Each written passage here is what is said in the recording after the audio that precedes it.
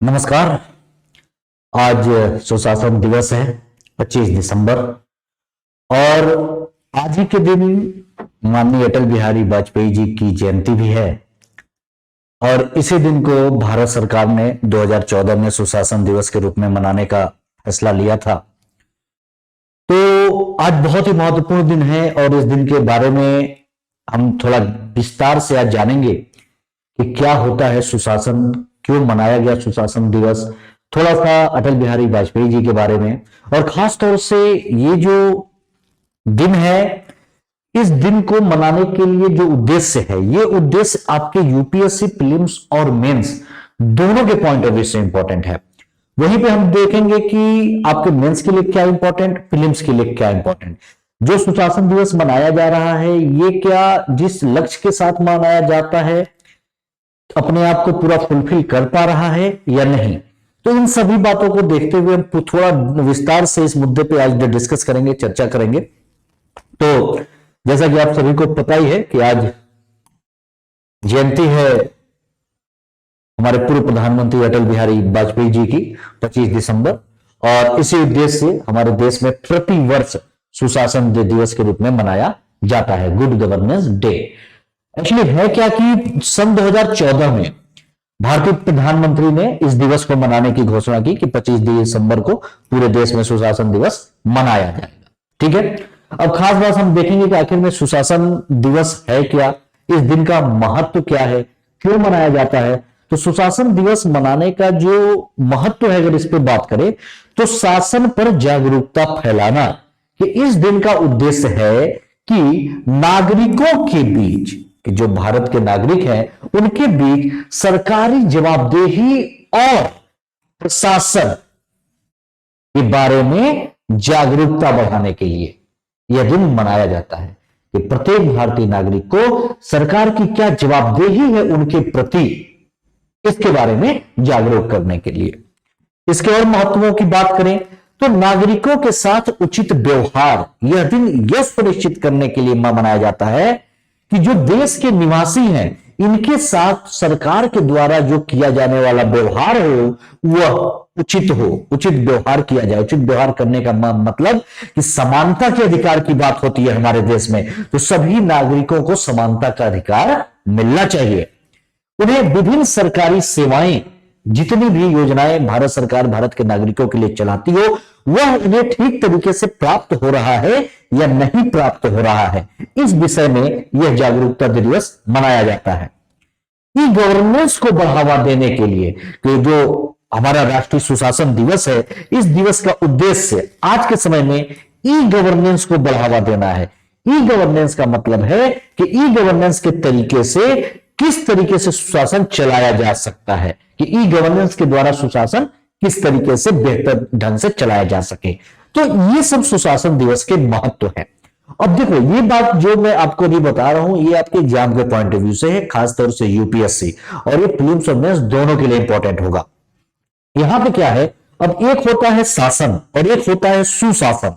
तो इसमें हम देखेंगे कि बेसिकली देखो, पहले शासन क्या होता है। अगर हम शासन की बात करें तो शासन का मतलब यही है कि यह निर्णय लेना, क्या कह रहा है कि निर्णय लेने और इन निर्णयों के कार्यान्वयन की प्रक्रिया है, कि जो सरकार निर्णय ले रही है भारत की जनता के प्रति, वह निर्णय किस तरीके से काम कर रहे हैं, इसकी जो प्रक्रिया है यही कहलाता है शासन। और एक बहुत संदर्भों में हम इसे देख सकते हैं, आप लोगों ने पढ़ने के दौरान सुना भी होगा। इसलिए जब मेंस का नया सिलेबस चेंज हुआ था तो गवर्नेंस जोड़ा गया हमारे जीएस मेंस में। तो एक कई संदर्भों में है, जैसे हम शासन को कॉर्पोरेट प्रशासन के तहत देख सकते हैं, अंतरराष्ट्रीय प्रशासन के तहत, राष्ट्रीय प्रशासन के तहत और स्थानीय प्रशासन के तहत। तो ये हो गया आपका शासन यानी गवर्नेंस। वहीं हम बात करें गुड गवर्नेंस की, कि सुशासन क्या है। तो सुशासन का मतलब है, तो इसको वर्ल्ड बैंक सुशासन को परिभाषित करती है। वर्ल्ड बैंक के अनुसार सुशासन वह तरीका है जिसे विकास के लिए किसी देश के आर्थिक और सामाजिक संसाधनों के प्रबंधन में शक्ति का प्रयोग।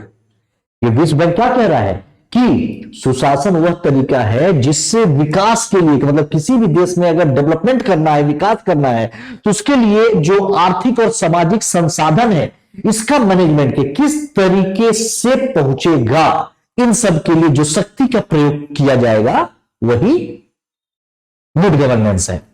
यहीं पे ऐसा नहीं है कि गुड गवर्नेंस की अवधारणा आज आई है।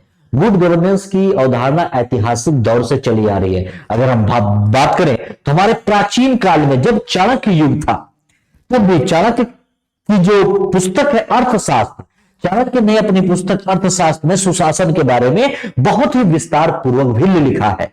तो यह अवधारणा प्राचीन समय से चली आ रही है। खासतौर से क्या है कि नागरिक केंद्रित प्रशासन ही सुशासन की नींव होती है। कि सुशासन का मेन बुनियाद क्या है, नींव क्या है, कि जो प्रशासन है वो नागरिकों पे केंद्रित होनी चाहिए। और यह आज नहीं, यह प्राचीन काल से चली आ रही है। अब अगर हम यहां पे बात करें तो सुशासन के 8 लक्षण बताए गए हैं। अब जब आप गवर्नेंस पढ़ेंगे या पढ़ते होंगे तो उसमें ये सारी बातें आपको पढ़नी है। और ये जो 8 लक्षण है ये संयुक्त राष्ट्र के द्वारा, यूनाइटेड नेशंस के द्वारा दिए गए हैं। तो कौन कौन से सुशासन के 8 लक्षण हैं, कि अगर ये 8 लक्षण है तो ये माना जाएगा कि यहां पे सुशासन व्यवस्थित तरीके से चल रहा है। तो एक तो है भागीदारी, यानी जो लोग हैं यानी पब्लिक वैध संगठन और प्रतिनिधियों के माध्यम से अपनी राय देने में सक्षम होना चाहिए। ठीक है, ये जितने भी वैध संगठन है जो नागरिकों के लिए काम कर रहे हैं या जो प्रतिनिधि हैं, इनके माध्यम से अपनी बातों को कह सके।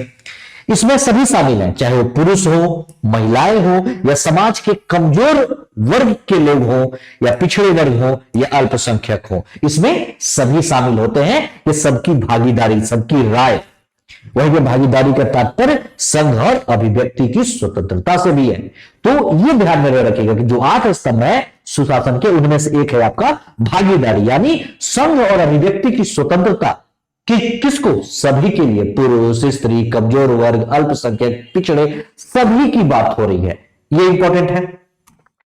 दूसरे स्तंभ की बात करें तो कानून के शासन, रूल ऑफ लॉ, कि कानूनी ढांचे को निष्पक्ष रूप से लागू किया जाना चाहिए, विशेषकर मानवाधिकार कानूनों के परिप्रेक्ष्य में। क्योंकि जो कानून का शासन होता है, रूल ऑफ लॉ होता है, वो सबके लिए एक बराबर होता है। चाहे व्यक्ति अमीर हो, गरीब हो, उससे कोई फर्क नहीं पड़ता। हर व्यक्ति का अपना अधिकार है, मानव अधिकार, उसका उल्लंघन, किसी को भी मानव अधिकार का उल्लंघन नहीं होना चाहिए। यही है रूल ऑफ लॉ, यानी कानून के शासन के बिना राजनीति मत्स्य न्याय की तरह हो सकती है।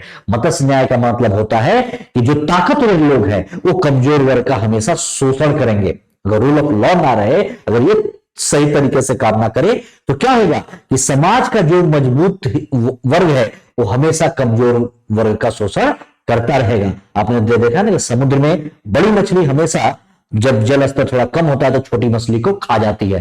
तो यही है मत्स्य न्याय के, ताकतवर कमजोर वर्ग का हमेशा शोषण करता रहेगा अगर रूल ऑफ लॉ सही तरीके से नहीं होगी। तो यह सुशासन का दूसरा स्तंभ कि मत्स्य न्याय की ताकतवर कमजोर पर हावी न हो सके।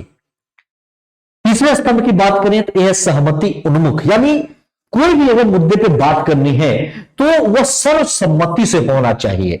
यह सुनिश्चित होता है कि भले ही प्रत्येक व्यक्ति जो वह चाहता है उसे प्राप्त न कर पाए, परंतु सभी को सामान्य न्यूनतम संसाधन उपलब्ध कराए जा सकते हैं जो किसी अन्य के लिए हानिकारक भी नहीं होगा। कहने का अर्थ यह है कि देखो, ऐसा है कि हर व्यक्ति जो चाहता है वो तो उसे भी मिलता ना नहीं, लेकिन सुशासन का मतलब है, सरकार की यह जिम्मेदारी है कि न्यूनतम चीजें, बेसिक बुनियादी ढांचा, रोटी, कपड़ा, मकान, ये लगभग हर व्यक्ति तक इसकी पहुंच सुनिश्चित होनी चाहिए। जितनी भी बेसिक चीजें हैं, आप लोग देखो अक्सर जब करंट अफेयर्स वाली क्लास पढ़ते हो तो देखते हो ना, जितने भी आदिवासी एरियाज है, जो हाशिए का कमजोर समुदाय है, वहां पे पीने के लिए स्वच्छ पानी, बिजली, बच्चों के लिए स्कूली शिक्षा, मेडिकल स्वास्थ्य केंद्र, मतलब जो भी बुनियादी ढांचा है उन तक आसानी से पहुंच हो सके।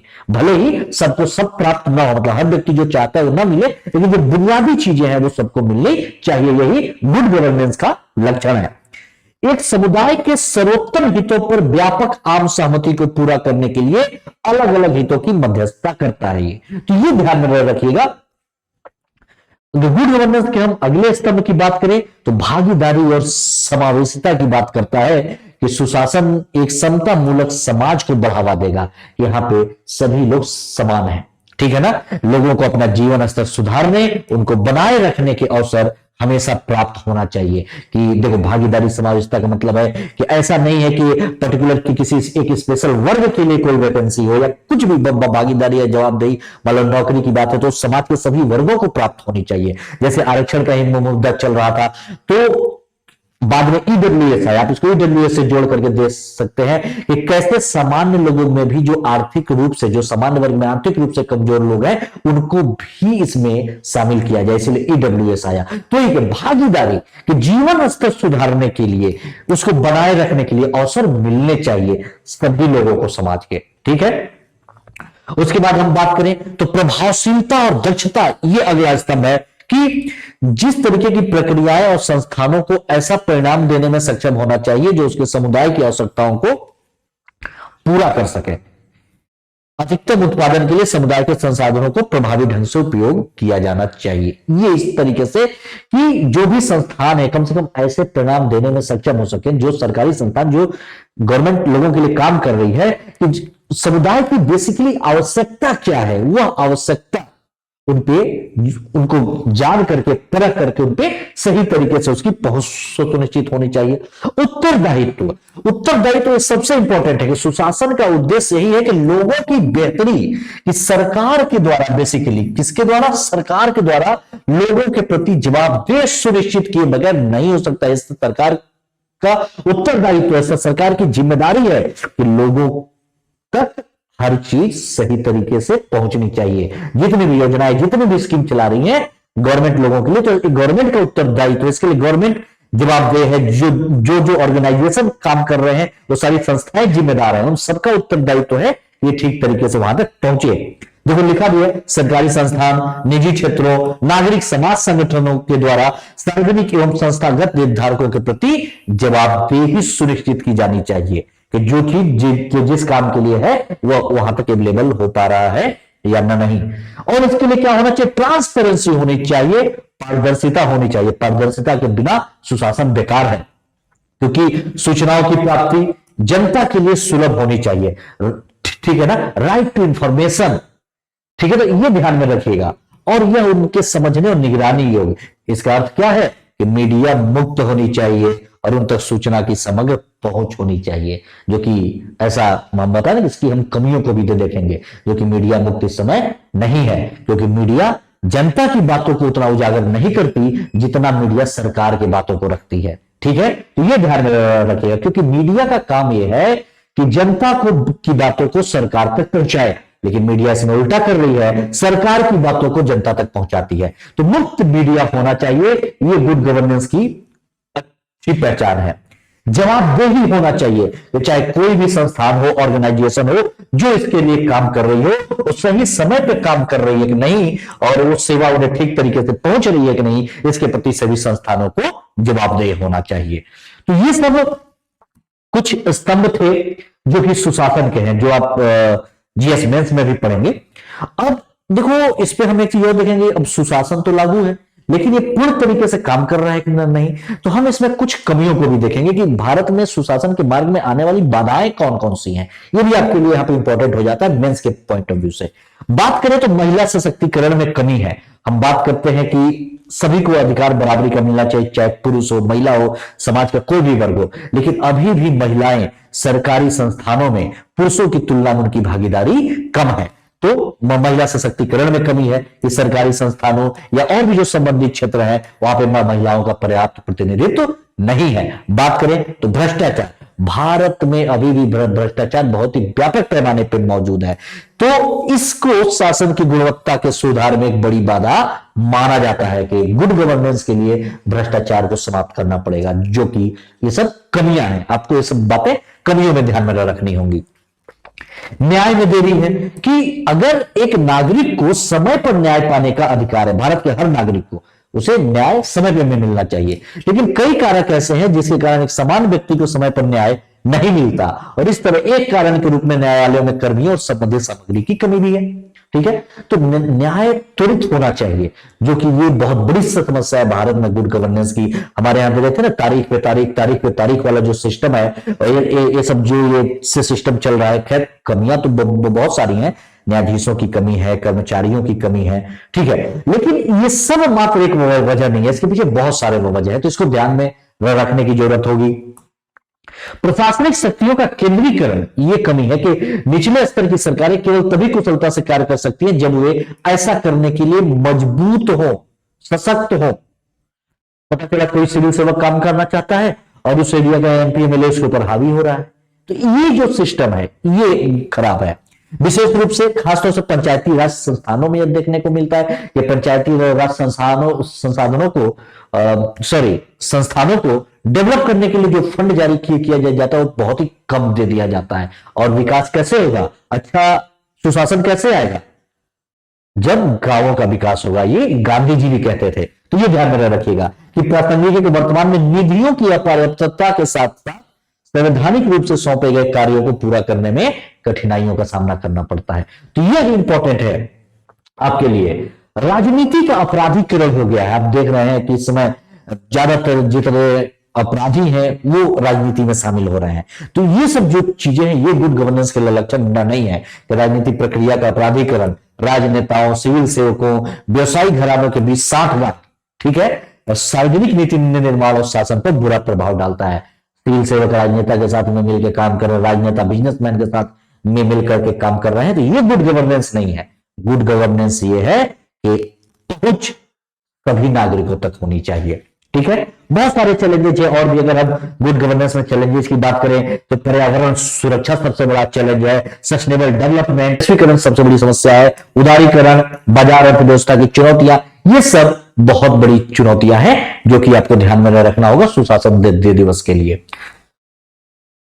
कुछ सुशासन के लिए भारत सरकार कुछ पहल भी चलाती है, आपको यह भी जानना चाहिए ये कौन कौन से भारतीय पहल है सुशासन में सुधार के लिए जो भारत सरकार चलाती है कि बेहतर से बेहतर चीजें हो सके। तो इसके लिए जीजीआई है, गुड गवर्नेंस इंडेक्स जारी करती है भारत सरकार, जो कि कार्मिक लोक शिकायत और पेंशन मंत्रालय के द्वारा शुरू किया गया है देश में शासन स्थिति को सुधारने के लिए। इसमें राज्य सरकार और केंद्र शासित प्रदेशों के द्वारा उठाए गए विभिन्न कदमों के प्रभावों का आकलन करता है कि जो राज्य सरकार या यूनियन टेरिटरी अपने यहां के लोगों के लिए जो भी काम कर रहे हैं वो किस तरीके से उसकी पहुंच है। तो इसके लिए जीजीआई इंडेक्स राज्य स्तर पे और यूनियन टेरिटरी के आधार पर जारी किया जाता है उनके डेवलपमेंट को लेकर के।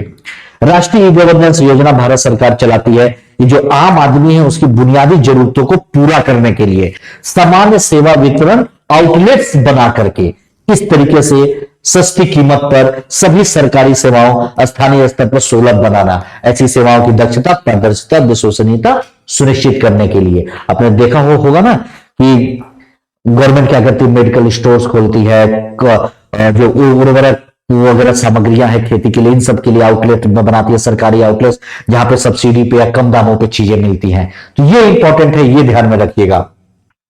सूचना का अधिकार अधिनियम 2005 में लाया गया, राइट टू इंफॉर्मेशन एक्ट, इसके द्वारा क्या है कि यह शासन में पारदर्शिता को सुनिश्चित करने के लिए अपनी भूमिका निभाता है।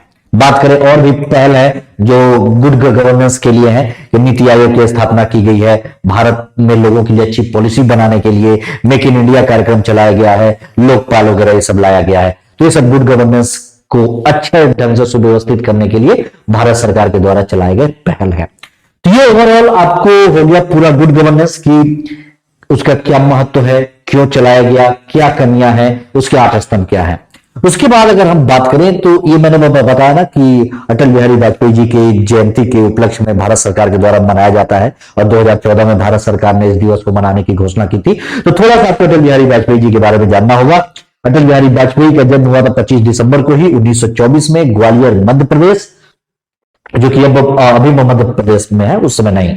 1942 में इन्होंने भारत छोड़ो आंदोलन में भी हिस्सा लिया और उसी दौरान इन्होंने भारतीय राजनीति में प्रवेश भी किया था और ब्रिटिश औपनिवेशिक शासन के अंत में ये भी शामिल थे। 1947 में फिर देश आजाद होने के बाद दीनदयाल उपाध्याय जी के समाचार पत्रों में इन्होंने एक पत्रकार के रूप में काम किया। इन्होंने राष्ट्र धर्म, जो कि एक हिंदी मासिक पत्रिका थी, पांचजन्य जो कि हिंदी साप्ताहिक पत्रिका थी, वीकली मैगजीन, और दैनिक समाचार पत्र थे स्वदेश और वीर अर्जुन। ये सब दीनदयाल उपाध्याय के समाचार पत्र थे, उनके प्रकाशन में इन्होंने पत्रकार के रूप में काम किया इन सब चीजों में। उसके बाद ये 1951 में श्यामा प्रसाद मुखर्जी से प्रभावित होकर भारतीय जनसंघ में शामिल हो गए थे। ठीक है, भारत के पूर्व प्रधानमंत्री थे, आप सभी लोगों को पता है। 1996 और 1999 दो बार इस पद के लिए चुने गए थे।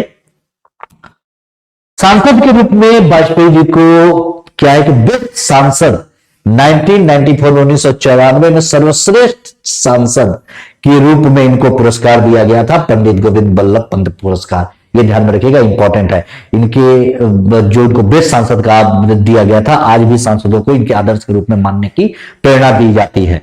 तो इनको बेस्ट सांसद का भी अवार्ड मिला है 1994 में। उस अवार्ड का नाम है पंडित गोविंद बल्लभ पंत पुरस्कार। ठीक है, जो कि सभी सांसदों के लिए एक रोल मॉडल, ये ध्यान में रखना।